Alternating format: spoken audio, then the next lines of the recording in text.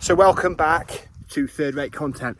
Today we're once again in southwesterly Shropshire, deepest southwesterly Shropshire, on the heathland, very close to Mitchell's Fold Stone Circle, about half a mile that way, and very close to where else we've been on Third Rate Content, Stapely Hill, where the Druids thought to have made Mitchell's Fold Stone Circle came from. But we're on the hunt today for one of the other two of the 5 stone circles that were around this area in the past. Now only 2 remain, obviously Mitchell's Fold and the Hor Stones. What we're hoping to find today, if we follow the trail we've got, stick to it rigorously, and hopefully we will find the Hor Stones and we'll visit it. It's not as well known as Mitchell's Fold. It's far less frequently visited by walkers and such like, and we're hoping to find it today. So buckle up and I'll see you out here. Yeah, just in the tree line there is the Druids bed and breakfast. It's one of the only dwellings or buildings in this vicinity. Of course, the Druid Circle was one of the 5 stone circles that were around here. It's not been here for a long time, but the B&B stands as a testament to it being here at some point in the past. But it is actually thought that that the Druid Circle, although Druids, so I'm just going to tell you now, had nothing to do with the construction of stone circles. They didn't go around the country erecting them, but they could well have used them thousands of years after they were erected. But anyway, Druids are associated with stone circles, whether erroneously or not, and that was one of the 5 stone circles. And we have visited one of the other missing ones last year on the 2023 video when we were going up Corndon Hill. Yeah, very, very wise spot to take in this sort of heat that we've got today. I'm not moaning though. Not moaning at all about the weather. I love it when it's really hot. I can deal with it. And we've had basically 8 months of non-stop rain, maybe more, and wind. So it's just such a relief to have a day like today, early June. It's about time, and I'll stop moaning about the weather now. Honestly, I promise.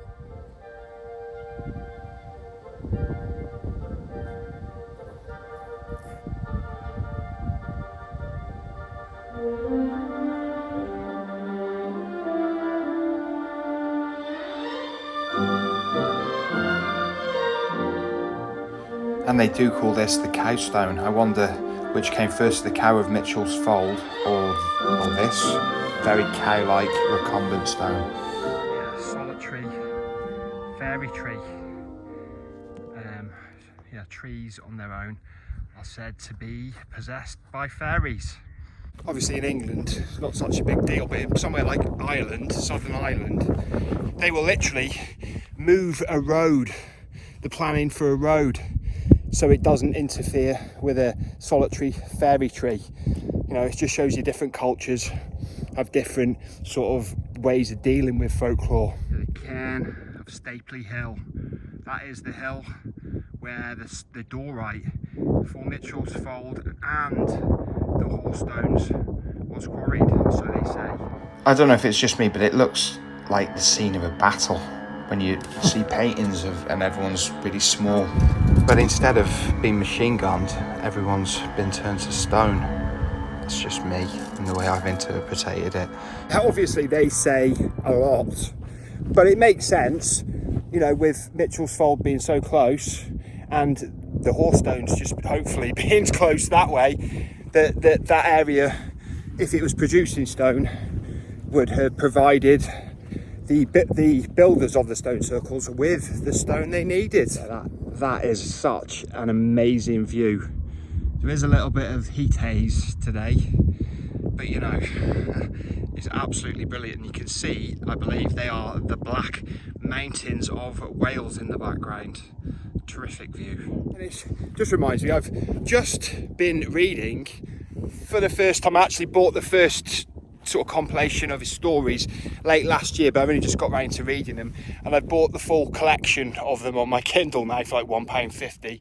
But it's Arthur Machen, the late Victorian, early Edwardian writer of weird fiction, very much in the same sort of field as H.P. Lovecraft, except Machen was before H.P. Lovecraft. He actually inspired H.P. Lovecraft, and he's based in Wales, just south, but he does mention the Black Mountains in his weird fiction and lots of solitary walks in the countryside.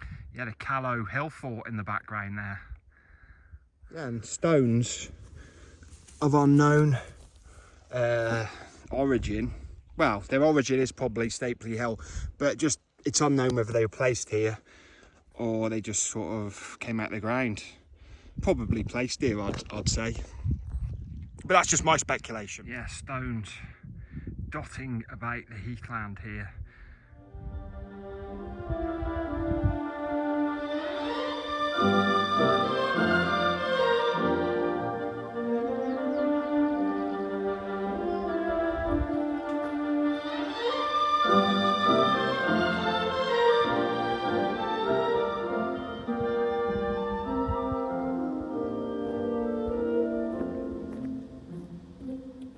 Stapely Stones, just looking over proceedings, its grim outlook.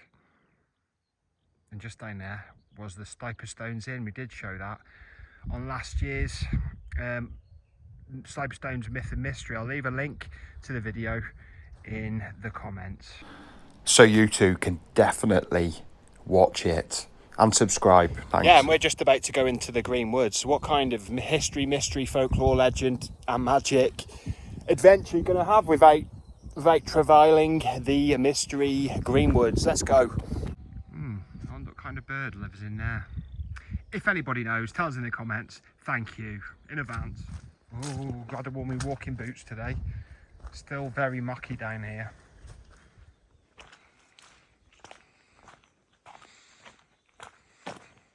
Yes, it's definitely not a full adventure unless you go through some sort of spooky woods. I wonder if wild Edric's hanging around in here, or he's still under the Stapely Stones.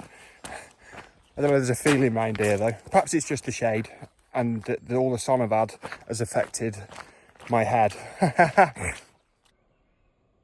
Yeah, and I think that a lot of this wood has been planted in more recent years though, to help soak with its roots, the tree's root systems, to soak up some of the black marsh, because this area was a primordial swamp, so they say, back in time immemorial. Yeah, down that little shady lane now.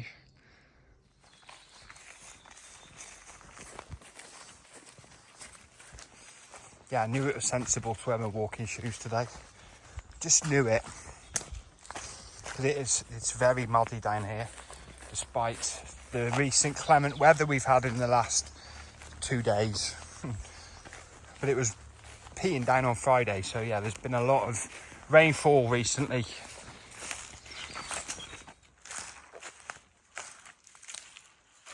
Yeah, this area where the Hor Stones is supposed to be, if we find it, is called the Bog. It's a very old primordial swamp that covered huge area in prehistory around here. And it's still very wet and claggy underfoot here in these woods. Yeah, channels cut out for the water coming off the heathland.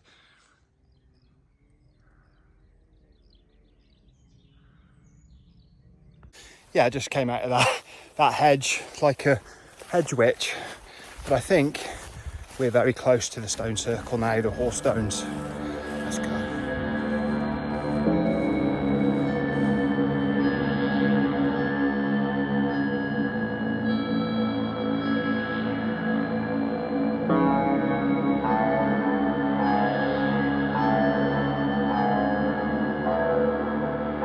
Field here is all seems to be wild grass, wild flowers, that type of thing, but the ground itself is absolutely sodden, and you can see once again why it's called the bog round here, because all of it, well, every bit I've walked on is water soaked, almost like a marsh. or a bog. And here at last we have the Hoarstones stone circle, one of the 2 remaining stone circles out of the 5 in this district. You had the Hor Stones, which is here surviving. Mitchell's Fold up the hill on the heathland, which is still here surviving. The Druids Circle, which we mentioned, where the B&B is now. And the Wet Stones, just by Corndon Hill, which is a few of the stones are left, but not much else. And Shelve, which is a village near here. There's nothing left of that one now, apparently. The existence of this stone circle was first noted by the Reverend C.H. Hartshaw in the 1830s.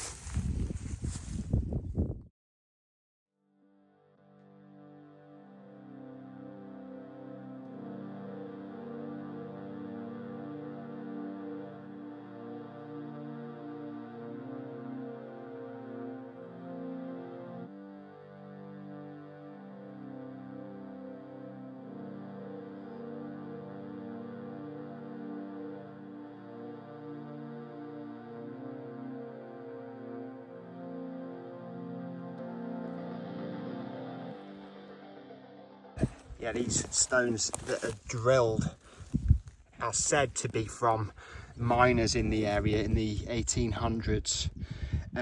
Weddings would be held here, so the folklore states, and a stick with gunpowder would be put in there to sort of, you know, like a firework almost for the wedding celebrations. Horstone, the name Hoarstones stone circle is said to come from a boundary marker the name originates from, so obviously long after it was built. Yeah, the Reverend Hartshaw, yeah, he didn't like the name Hoarstone. He said it was inappropriate, and he called it the Marsh Pool Stone Circle, which I actually prefer than the Hoarstones. Yeah, this is the central stone of the stone circle. It's thought by some people that this stone was added later, after the actual stone circle was built, because it's fairly unusual. How marshy it is, you know, at the base of it. What's this? Oh goodness, actually a sheep skull. I don't know if that was placed here or sheep just came to the centre of the stone circle and died, or did it sacrifice itself? You decide. The archaeologist Aubrey Burr, who passed away in 2020, thought that the Hoarstones were erected later than the other stone circles of this district. That was his speculation. He was a prehistory expert though. Or you could say an expert in the unknowable. Yeah, there is no ditch surrounding the Hoarstones, which is, they say, fairly unusual for a stone circle. But maybe that is down to the extremely boggy ground. Perhaps it would be really hard to dig here. Yeah, this is a little bit like the crack at the stone at Mitchell's Fold. It's nowhere near as big. It doesn't go right into the stone. See, someone's placed a pebble in there. But I don't know if this could be something to do with the miners, maybe freezing cold water and something hot. I don't know, just speculating on how this came to be here, and also how the massive crack in the stone at Mitchell's Fold came to be there. Of course, that is if the crack at Mitchell's Fold wasn't anything to do with King Arthur. You know, it could have been. I'm just saying it might have been a miner at a later date, because it's just a coincidence. You've got a similar mark here, just a mile or so away. Yeah, there was actually an archaeological dig that happened here in 1924, and it was led by Lily F. Chitty. And she also investigated this site with her father, the Reverend Chitty.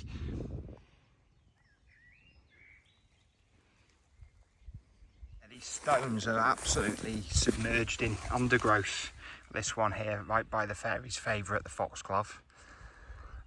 But yeah, it's the grass and the actual sort of soil type and ground. It's just so tuffety and boggy, so it tends to hide the stones. In 1881, a widow from very near here, from Rorrington, the widow Priest, states in an interview that was carried out with her that she had seen 6 figures dancing in this ring in one evening. The widow Priest knew of this stone circle as the fairies ring, or the fairy S's ring. Not 100% sure of the pronunciation. And Lily F. Chitty, writing in the 1920s about that piece of folklore from the widow Priest, says she feels that those legends have been transferred to Mitchell's Fold from the Hor Stones and used as the folklore there. So really, this less well-known stone circle is the origin of the kind of fairy folklore around here. And that would make the central stone of this stone circle the witch.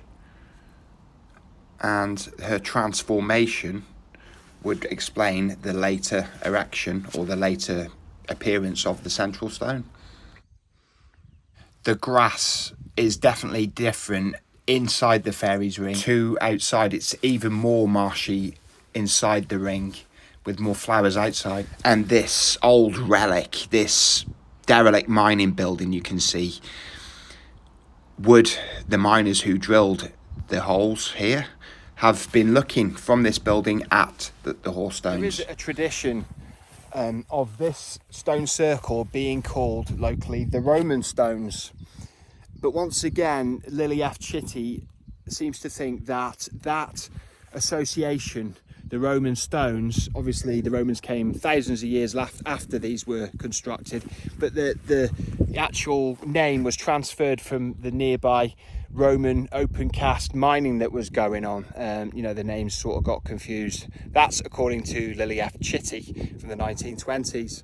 If you look at the ring of stones on Google Earth, it doesn't look completely round. It looks more sort of hexagonal or something. I'll show you an image off Google Earth to compare.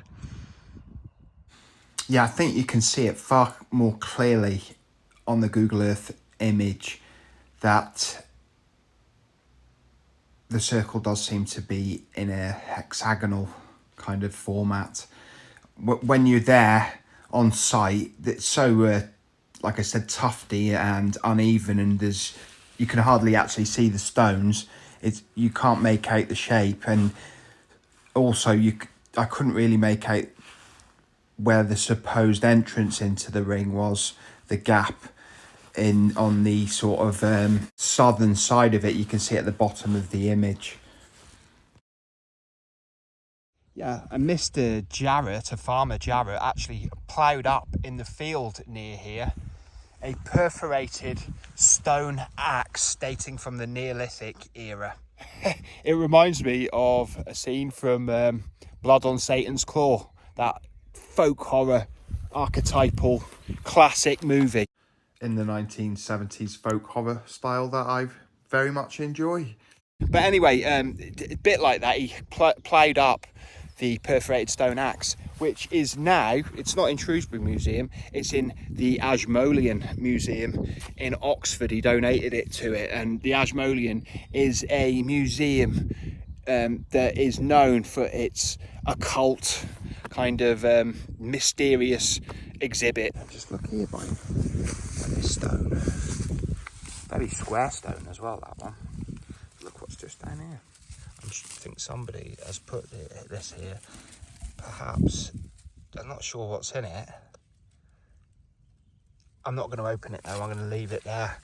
I don't mess around with magical, other people's magic. Or property. You know, I don't want to get in trouble. But anyway, thank you for joining me on today's third-rate content. Real adventure, real mystery, history, folklore, legend and magic. We've had it all today on this shortish walk, but it's been really enjoyable. I've wanted to come here for ages. Like I said, I was planning on coming in the winter months, but looking at the tracks we went down today, I don't think I'd have been able. Thanks for joining me today. It's been a really fun adventure in the sunshine. If you enjoyed, why don't you leave a like, subscribe if you haven't already, but thank you if you have. If you want to talk, leave us a comment, but if you don't bother. Anyway, if I don't see you soon, I'll see you 3 times as soon. Third-rate content, sign out. Bye bye.